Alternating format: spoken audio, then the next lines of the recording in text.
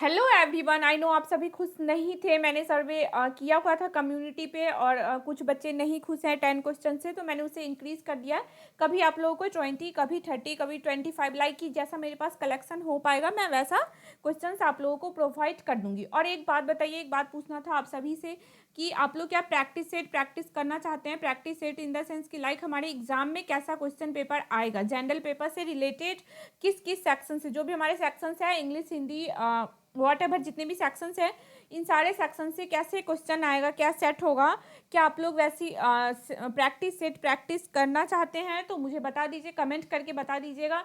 आप लोग क्या ऑनलाइन प्रैक्टिस करना चाहते हैं? मतलब मैं एक टेस्ट क्रिएट करती हूँ, आप सभी लाइव आके वैसे, या फिर आप लोग टेस्ट दीजिए, या फिर आप लोगों को पीडीएफ चाहिए प्रैक्टिस सेट का, जो जनरल पेपर का प्रैक्टिस होगा सबके लिए कॉमन होगा। इसमें सिर्फ और सिर्फ हम लोग प्रीवियस ईयर के क्वेश्चन ही डिस्कस करेंगे जो टीचिंग एग्जाम्स में आए हुए हैं। कोई ऐसा नॉर्मल क्वेश्चन नहीं करेंगे कि इस टॉपिक से ये भी क्वेश्चन बन रहा है तो प्रैक्टिस करेंगे, नहीं, बिल्कुल नहीं। प्रैक्टिस सेट में सिर्फ और सिर्फ प्रीवियस ईयर के PYQ ही सॉल्व करेंगे। ओके, तो आप लोग कमेंट करके एक बार बता दीजिए मुझे, वो काफ़ी इंपॉर्टेंट है एग्जाम के व्यू से। चलिए स्टार्ट करते हैं। ये इंक्लूसिव एजुकेशन से रिलेटेड क्वेश्चन है। 20 हम लोगों ने कर रखा है, 21 से है। The main objective of the mental hygiene is, main objective जो है किसका, मेंटल हाइजीन का पूछ रहा है, ये क्या है? तो क्या है करेक्ट ऑप्शन इसका? देखिए, give me 1 minute. Yes, the main objective of the mental hygiene, like कि आप किसी, यहाँ पे इंक्लूसिव एजुकेशन में हम लोग हमेशा डिसेबल्ड, लाइक डिसेबल्ड बच्चे की ही बात करेंगे। तो वो ये वैसे बच्चे की बात कर रहा है कि उसका अगर वो मानसिक रूप से उसको हमें हेल्थ रखना है, ठीक है, मेंटल हेल्थ रखना है, तो इसका मेन पर्पस क्या होगा, क्या अच्छा मेन ऑब्जेक्टिव है? To protect the mental health of the child. और डेफिनेटली अगर वो बच्चे डिसेबल्ड है तो मेन जो एम है हमारा मेंटल हाइजीन के अंदर वो यही है कि मानसिक रूप से वो बच्चे क्या हो, स्वस्थ हो। तो here option A is correct. Okay, move to question number 22, मतलब second. Special education is related to, special education जो है वो किससे रिलेटेड है?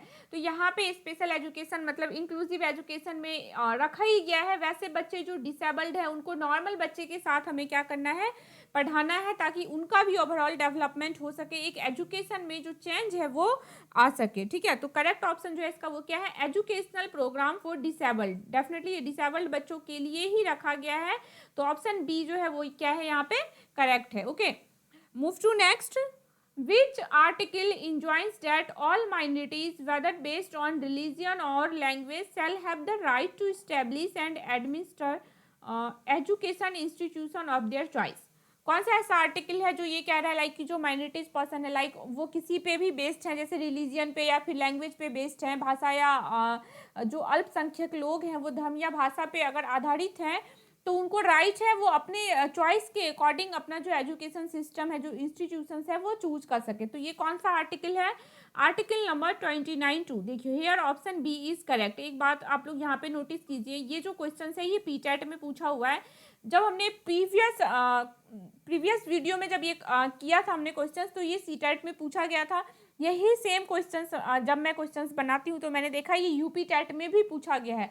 तो इससे यही आपको दिखने को मिल रहा होगा कि जो पीवाई की जब प्रीवियस ईयर क्वेश्चन जब हम लोग सॉल्व करते हैं वो क्या है, क्वेश्चन कहीं से नया नहीं बनता है, वही सेम क्वेश्चन किसी भी टीचिंग एग्जाम्स को अगर आप दे देंगे तो वही क्वेश्चन घूमता फिरता रहता है। ऐसा नहीं कि स्पेशली यूपी टेट के लिए अलग से यूपी में कोई क्वेश्चन बनता होगा और एमपी टेट के लिए एमपी में एक अलग से क्वेश्चन बनता है, नहीं, वही सेम क्वेश्चन जो है वो घूमता रहता है। ये क्वेश्चन से आप आइडिया लगा सकते हैं कि मतलब कितने 3 टेट में तो ये सेम क्वेश्चंस पूछा गया है। ठीक है, तो जो हमारा PYQ सीरीज चल रहा है अभी, ये क्वेश्चंस काफ़ी इंपॉर्टेंट है, इस सारे क्वेश्चंस को आप बहुत अच्छे से माइंड में रखिएगा। If a child write 16 as a 61, अगर किसी बच्चे को क्या करना है 16 लिखना है और वो मिस्टेकली वैसा लिख रहा है कि 6 पहले लिख रहा है फिर 1 बाद में लिख रहा है, ठीक है, और वो कंफ्यूज है इस चीज़ को लिखने में कि क्या पहले लिखना है उसे और क्या बाद में लिखना है, वो डिफ्रेंशिएट नहीं कर पा रहा है बी एंड डी के बीच, तो ये इस केस में इस केस के बच्चे को क्या कहते हैं? तो डेफिनेटली इस केस के बच्चे को क्या कहेंगे हम लोग, लर्निंग डिसेबिलिटी। उस बच्चे को याद ही नहीं रह रहा है सही से, वो कंफ्यूज है, उसकी जो एबिलिटी है किसी चीज़ को सीखने की वो क्या है, बहुत ही कम है। तो here option B is right. Okay, move to next.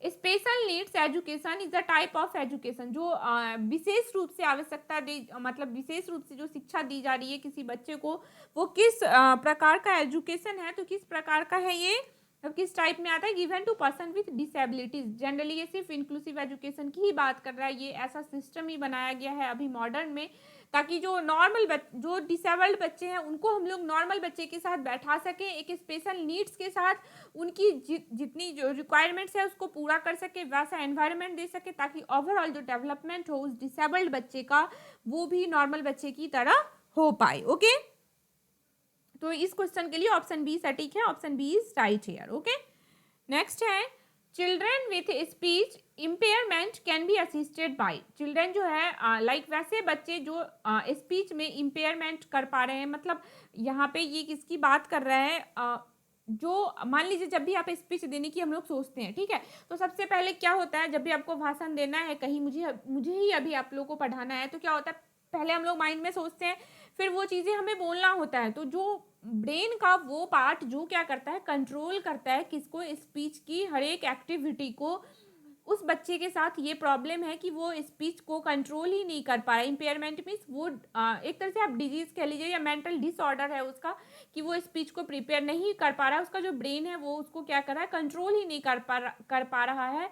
तो ये कौन सा लाइक क्या है, कौन से किसके अंदर आएगा, ये कौन सा एरर है, तो देखिए करेक्ट ऑप्शन है रेफरल टू, नहीं, उस सिचुएशन में जिस बच्चे के साथ ये प्रॉब्लम है कि वो स्पीच उसका ब्रेन कंट्रोल नहीं कर पा रहा है, तो इस सिचुएशन में वो क्या करेगा, refers to a specialist for complete evaluation. Obviously जो स्पेशलिस्ट हैं इस डिजीज के या फिर इस डिसऑर्डर के, उसके पास हम लोग जाएंगे, कंप्लीट इवेल्युएशन करेंगे और फिर ट्रीटमेंट लेंगे। तो option D is right here. Okay, next है once personality disorder is based on. किसी का पर्सनैलिटी डिसऑर्डर मतलब कि जो व्यवहार है उसका, व्यक्तित्व जो है, कैरेक्टर जो है, उसका बिहेवियर किसी के प्रति वो सडनली मान लीजिए चेंज हो जाता है, ठीक है। डिसऑर्डर मतलब ये है कि अभी वो नॉर्मल था, फिर कभी क्या होगा, डिसनॉर्मल मतलब डिसऑर्डर हो गया, वो नॉर्मल नहीं, हम रूडली बिहेव कर रहे हैं, सडन चेंज आ रहा है। तो इसका क्या रीज़न है, क्या हो सकता है, इमोशनल शॉक्स, कहीं ना कहीं वो क्या है, इमोशनल लेवल पे हर्ट हो रहा है या कहीं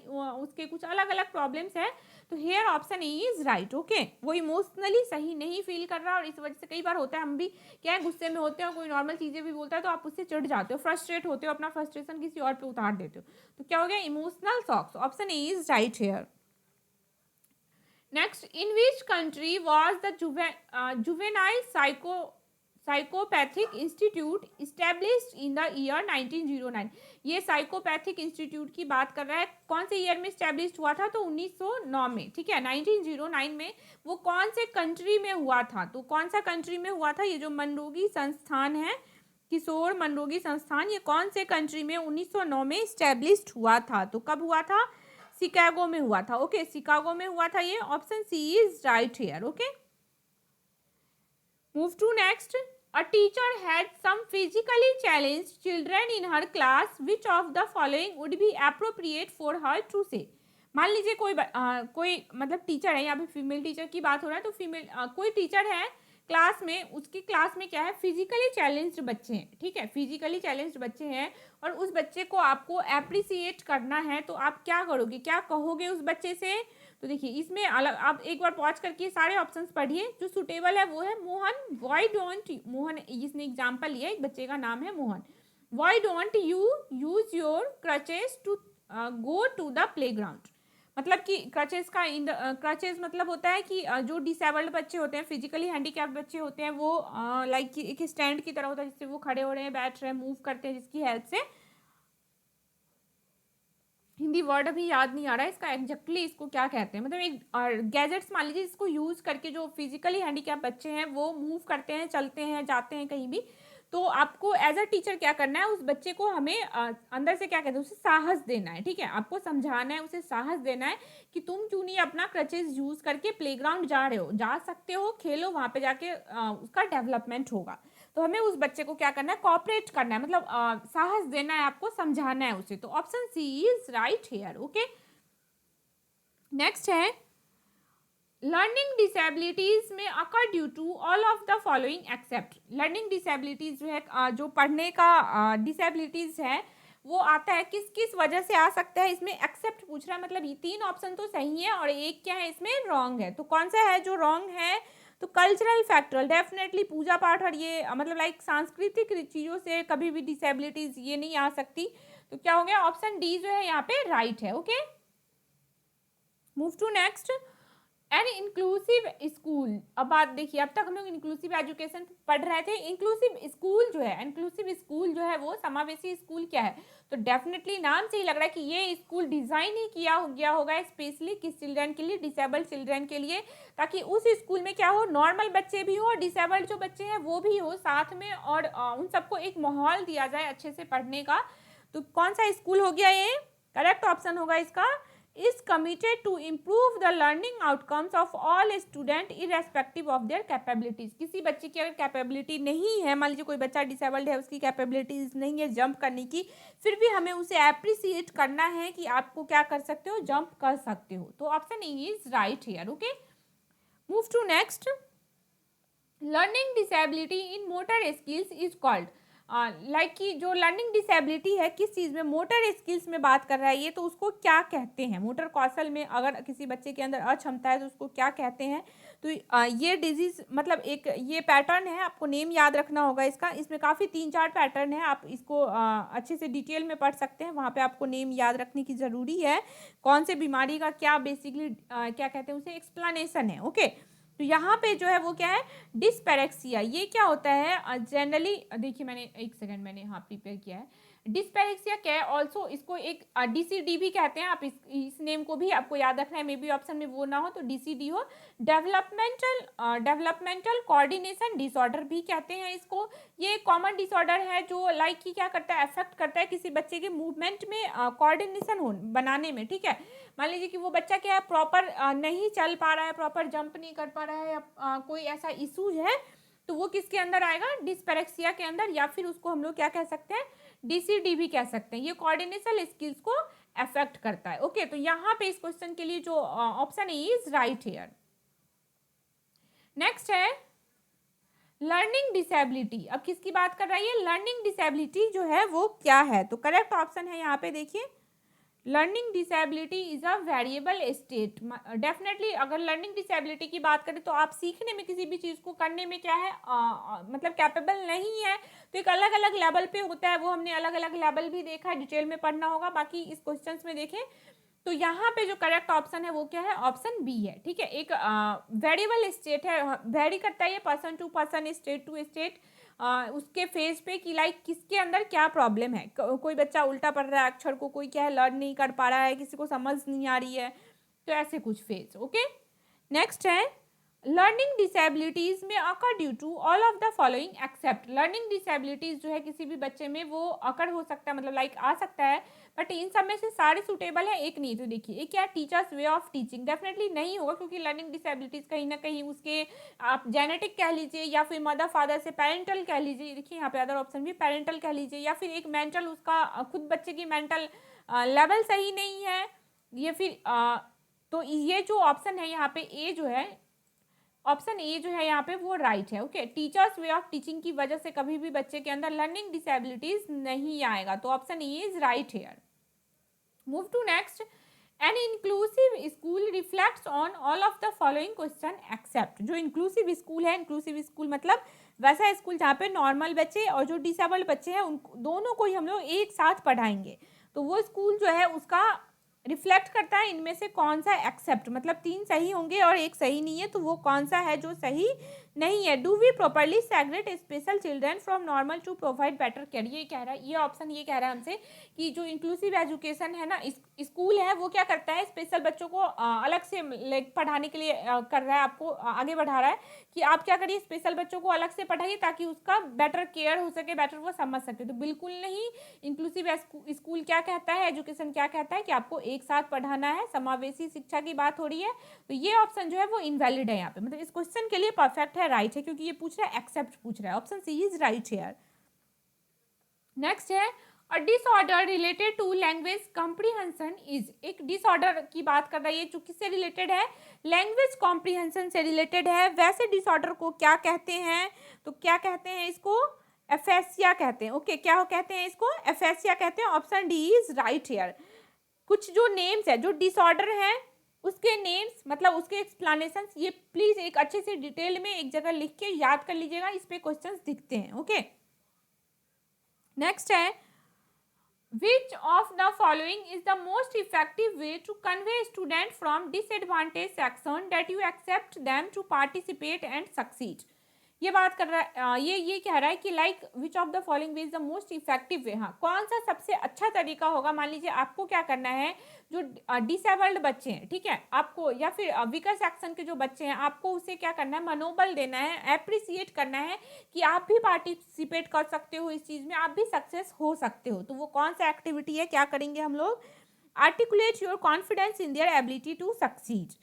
उस बच्चे के अंदर हमें ये कॉन्फिडेंस लाना है कि आप भी सक्सेस हो सकते हो। डेफिनेटली जब मैं भी आप लोगों का क्लास लेती हूँ, मैं भी यही चीज़ें कहती हूँ आप लोगों को कि ठीक है, मैंने एग्जाम क्लियर किया, बहुत ईजी है, बहुत ईजिली होता है, आपको सिर्फ थोड़ा सा पढ़ने की ज़रूरत है एंड ऑल जो भी है। तो फिर आपको आपके अंदर भी कहीं ना कहीं जो आपका कॉन्फिडेंस लेवल है वो जागता है कि नहीं, मैम कह रही है बहुत ईजी पेपर आते हैं, हमें बस थोड़ा सा पढ़ने की ज़रूरत है, थोड़ा सा सीरियस है और एग्जाम क्लियर कर जाएंगे। तो वो कॉन्फिडेंस कहाँ से आ रहा है? कहीं ना कहीं टीचर के कहने से। तो यही ये चीज़ कह रहा है कि आप बच्चे को क्या कहोगे, कैसे कन्वे करोगे उसे, जो लाइक पीछे है थोड़ा सा, और उसको आपको अप्रिसिएट करना है, आप भी कर सकते हो, सक्सेस हो सकते हो। तो option E is right here. Okay, आपको क्या करना है, उसे मनोबल देना है, अप्रिसिएट करना है उस चीज़ को करने के लिए, ताकि उसके अंदर क्या हो, कॉन्फिडेंस बिल्ड हो सके। Following are the examples of developmental disorder except. इनमें से कौन सा जो है वो डेवलपमेंट, मतलब किसी बच्चे का क्या है, डेवलपमेंट नहीं हो पा रहा है किसी न किसी वे में, तो इनमें से कौन सा जो है एग्जैक्ट वैलिड रीजन है, बट एक ऐसा है जो एक्सेप्ट है, तो वो एक्सेप्शन आपको पूछ रहा है कौन सा है। तो पोस्ट ट्रॉमेटिक स्ट्रेस, इसको PTSD भी कहते हैं, ये भी नेम इंग्लिश वाला, ये जो शॉर्ट फॉर्म में, ये भी याद रखना है, या फिर पोस्ट ट्रॉमेटिक स्ट्रेस। इसमें क्या होता है, देखिए ये डेवलपमेंटल डिसऑर्डर की बात कर रहा है, और अगर PTSD की आप बात करोगे तो इसमें क्या होता है, लाइक कि जो हमारे साथ पास्ट में हुआ है और फिर कभी हुआ है, उसको आप प्रेजेंट में याद कर रहे हो, उस पर एक्शन ले रहे हो, वैसा कुछ प्रतिक्रिया दे रहे हो, परफॉर्म कर रहे हो, वैसी कुछ चीज़ें, तो वो डेवलपमेंटल डिसऑर्डर में नहीं आता है। So here option C is right. Okay, option C is right for this question. Next, inclusion in schools primarily focus on. ये स्कूल्स मतलब इंक्लूजन करना है हमें स्कूल्स के अंदर, स्कूल में जो समावेश कर रहे हैं हम लोग मुख्य रूप से, ये किस पे फोकस करता है, केंद्रित है। तो क्या होगा, करेक्ट ऑप्शन जो है वो क्या होगा, making subtle provisions for special category children. Definitely हमें कुछ ना कुछ ऐसा ही करना है, जो विशेष श्रेणी के बच्चे हैं, जो स्पेशल बच्चे हैं, स्पेशल इन द सेंस जो डिसेबल्ड बच्चे हैं, उनको हमें क्या करना है, मोटिवेट करना है, अप्रिसिएट करना है, एक डेवलपमेंट हो सके उन बच्चों का, कब, जब वो नॉर्मल बच्चों के साथ उसी क्लास में पढ़ाई करेंगे। तो inclusive education is all about this, कि हमें जो डिसेबल्ड बच्चे हैं उसको नॉर्मल बच्चों के साथ पढ़ाना है, ताकि उन बच्चों को भी डेवलपमेंट हो सके as compared to normal student. The cause of learned helplessness in children is there. अगर किसी बच्चे में क्या है, हेल्पलेसनेस की भावना है, मतलब कि लाइक वो अपने आप को एक कहते हैं ना लाचार टाइप फील कर रहा है, या बहुत लेजीनेस, मतलब किसी भी चीज़ को लेके उसके अंदर एक्साइटमेंट नहीं है, ये सोचता है कि वो नहीं कर सकता, इसका क्या मेन रीजन हो सकता है? तो क्या है main reason, acquired behaviour that they will not succeed. उसके माइंड में ये चीज़ें सेट हैं कि वो उस चीज़ में सक्सेस नहीं होगा, क्योंकि वो मतलब लाइक एबल नहीं है उस चीज़ को करने में। मान लीजिए किसी के पाँव में कुछ वैसा है, डिसेबल्ड है वो वहाँ से, तो वो जंप नहीं कर सकता, माइंड में ही सेट होता है कि हम जंप नहीं कर सकते, ठीक है। तो हेल्पलेसनेस तभी आती है जब हमारे अंदर की जो फीलिंग्स हैं, जो इमोशंस है, वो यही चीज़ें सोच के बैठा होता है कि ये तो हम लोग कर ही नहीं सकते। तो for this question option A is right, ठीक है। ये कुछ एक 20 क्वेश्चन थे, जितने भी PY की जो PYQ सीरीज चल रहा है अभी, प्लीज़ मैं बार बार कह रही हूँ, ये बहुत इंपॉर्टेंट है, इसको अच्छे से करिए, डेफिनेटली आपको क्वेश्चंस दिखेगा ही दिखेगा इसमें से। और एक बार कमेंट करके इतना बता दीजिए कि क्या प्रैक्टिस सेट आप लोग प्रैक्टिस करना चाहते हैं, और अगर चाहते हैं practice set in the sense कि सारे सेक्शन से उसमें क्वेश्चन होगा, कॉमन होगा ये PGT TGT के लिए। और हाँ, क्या कह रही थी मेन, ये याद रख, हाँ ये बताइए मुझे कि क्या आप लोग PDF के फॉर्म में लेना चाहते हैं उसे, या फिर आप ऑनलाइन आके प्रैक्टिस करना चाहते हो, तो मैं वो टेस्ट कंडक्ट कर दूंगी। Okay, thank you.